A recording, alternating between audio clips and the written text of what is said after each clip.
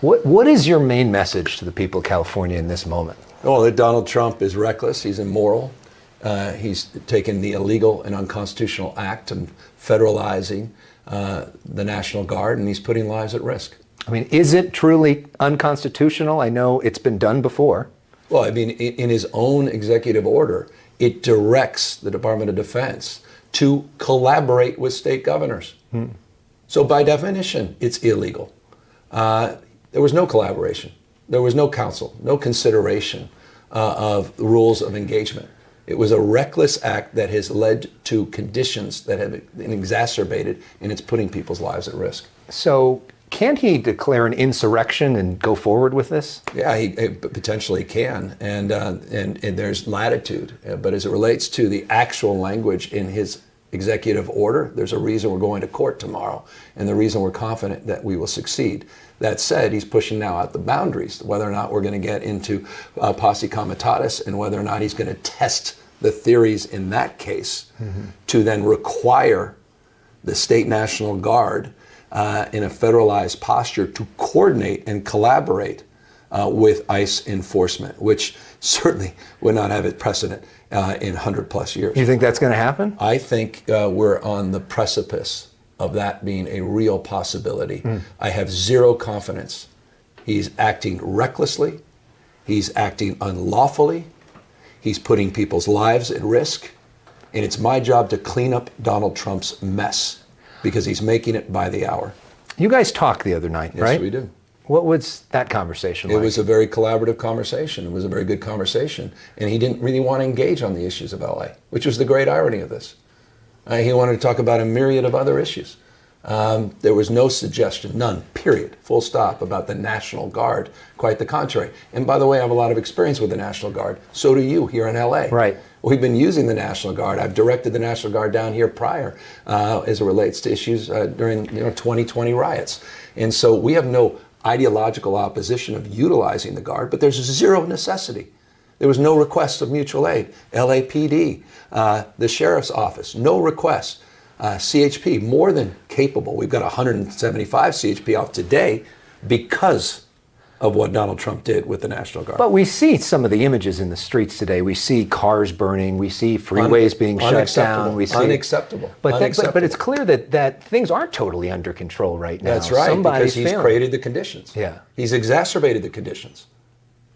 This is Donald Trump's. These are images that Donald Trump created. You think he wants it politically? Of course he wants it politically. Why? Because he wants to divide us. He wants to attack the rule of law. He wants to attack the democracy. He wants to attack the best of what makes this country. The reasons our founding fathers lived and died. This fundamental notion of three independent branches. He can't handle. He's already taken over. Speaker Johnson's a joke. He's completely complicit. $2.5 trillion to your debt, wrecking the economy. Take Elon Musk's comments on that, just not mine. I mean, it's been a disastrous presidency. And so, of course, we're here with another distraction that puts, in this case, people's lives at risk. And he's testing the boundaries of the Constitution in a way that one can clearly argue is a constitutional crisis. So how do you negotiate with somebody who may want these images? You can't negotiate with them. Come on, no one can negotiate with them. I mean, no one can. I've gone out of great lengths to try to work with this guy. You can't work with him. You can only work for him, and I'll never work for him. And it's shameful, those that are, and that are complicit in this, and that are rolling over. And as I said, the founding fathers are rolling over in their graves right now watching this. Do you, because the other night, or he came out and said that when you guys spoke, he warned you that if you didn't get things under control, he was going to bring in troops. Stone cold liar. Stone cold liar. He made that up, like he makes up so many other things. He never said that. And he also seemed to make up this idea that the National Guard did a great job last night when they weren't here. They weren't even deployed, and he claimed victory.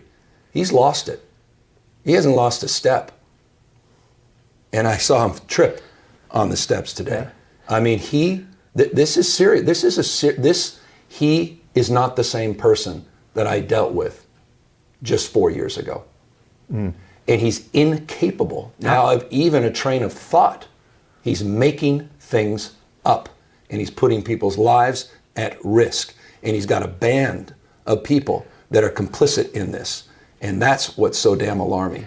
And we need Congress to step up, and my gosh, do we need the courts. But now that the National Guard are here, is there some good that they can do? I mean, those folks, there's a lot of great folks They there. haven't even been mission taxed appropriately. There's only 300 of them Is there that have been anything distributed. anything they can do to help you? These are great men and women. Yeah. I work with them all the time. They've been well received by the community down here. We know these folks. We care about these folks. And I worry about them now. I worry about their safety. He's putting their safety at risk. He doesn't know what he's doing. They don't know what they're doing right now. I mean, I got the CRT teams, I got some of the best and the brightest CHP that are trained for this. Mm-hmm. By the way, if you're going to use the right National Guard, use the MPs that were out there doing the work here in terms of logistics and traffic management. Right. But he didn't even use that for the fires. Those folks for the fires. Right. I mean, this proves it's just political game that puts people's lives at risk. So it's not a game. I assume that you believe in immigration law and that there needs to be a way for these folks to carry out some of these. We have never gone the way. State of California does not get in the way of federal actions using federal resources. I've also collaborated with the federal government and vetoed bills that would compel me not to over 10,000 times. 10,000 times from CDCR. We have coordinated with ICE on deportation. I am not sitting here arguing for criminals in our backyard. And I just want to remind your viewers, we have 394 National Guard down at the border that I've had there for years and years and years. Of course, we believe in immigration rules and laws. And of course, we were very vocal on the issue of borders. I think you and I went down 4 or 5 times on the border in events over the last 5 years. We were not passive in this space. But when we have seen agitators getting in the way of some of these ICE agents who are trying to do their job. Hey, these sort of anarchists. What should happen to them? They should be arrested. Yeah. They should be called out. We condemn that destruction of personal property. These groups come in, they have nothing to do with these peaceful protesters, these poor, peaceful protesters. These guys come in to take advantage of these moments, and that's exactly what we knew would happen. That's exactly what Trump knew was going to happen. That's exactly what his team knows. They helped create these conditions to inflame them. This is Donald Trump's mess.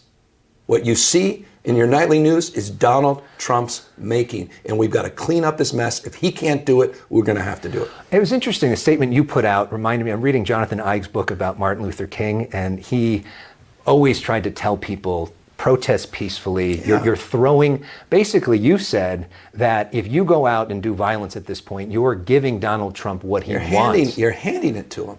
So stop, these guys, these idiots that are jumping up on cars, that are burning these Waymos, these people, that's a disgrace. And the impact they're having on our democracy, there's a lot at risk here. I mean, this is not just a simple act of disobedience. They should be arrested. They should be held accountable. Anyone who attacks any innocent person, including a law enforcement person that's lawfully doing their job, they're members of our community just like everybody else. They go to the same churches. They're good human beings. And you know, just because we don't like Donald Trump, just because we don't like their orders, doesn't mean you have the right to hurt or harm people. And that goes for them as well. And we'll hold everybody to a higher level of accountability. But that's not what Trump is after. He's not for peacemaking.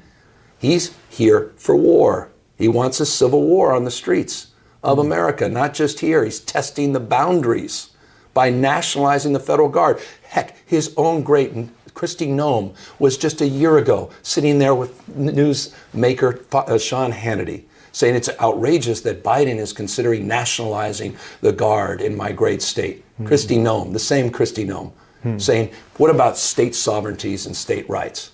And where the hell is Hannity now? Where the hell is Kristi Noem? They're out there just singing the siren songs of chaos, trying to sow chaos and putting our democracy at risk. These are acts of authoritarians. Period, full stop. So what you're saying and what he's saying, very heated rhetoric. How do we cool this down? How do we get things to calm down? How do we get the streets at this point to be safe? Donald Trump needs to rescind his order, period. And then we need to go back to a process where we peacefully protest, where law enforcement peacefully organizes safe parameters of engagement, or at least parameters of engagement that keep people safe, that federal authorities have the right to enforce federal laws, but in a way that can be at least coordinated so that it's not chaotic, and that keeps families together and goes after the criminals, not innocent people that are just trying to live their damn lives and just trying to get their kids educated. What do you say to critics who say you may have poked the bear by threatening to withhold California's tax money? This and was going after at he it? said he was going for a full-scale attack on the university system and cutting NSF funding and cutting NIH funding, poking the bear. Are you kidding? Meaning standing up for principles, standing up for honor and decency, standing up for the rule of law, poking the bear? Come on. And lastly, there's a lot of people who are scared right now, especially a lot of people who are Latino who are here legally, who are worried they may be taken away. That's a huge percentage of California's population. Well, I mean, it goes to 40% of the population. What do you say? We're a majority minority state. 27% of the state's foreign-born. All these mixed status families. What's your message to those people tonight? They matter and we care. And that's why we're being so aggressive right now, pushing back against these authoritarian tendencies of Donald Trump. That's why we're standing tall with 22 lawsuits. That's why we did a special session. And you guys, many of you called me out as it's too extreme. Shouldn't you be working with Donald Trump during his transition when I called that special session? And we've used those resources to file over 22 lawsuits. We're filing more as we speak. And then included, by the way, $50 million that we set aside, or $25 million specifically for legal aid to help these families, so we had their back, because we knew something would happen. But I gotta say, I never expected Donald Trump to do this and to create the conditions that we're seeing today, and threaten to make him even worse by bringing in the military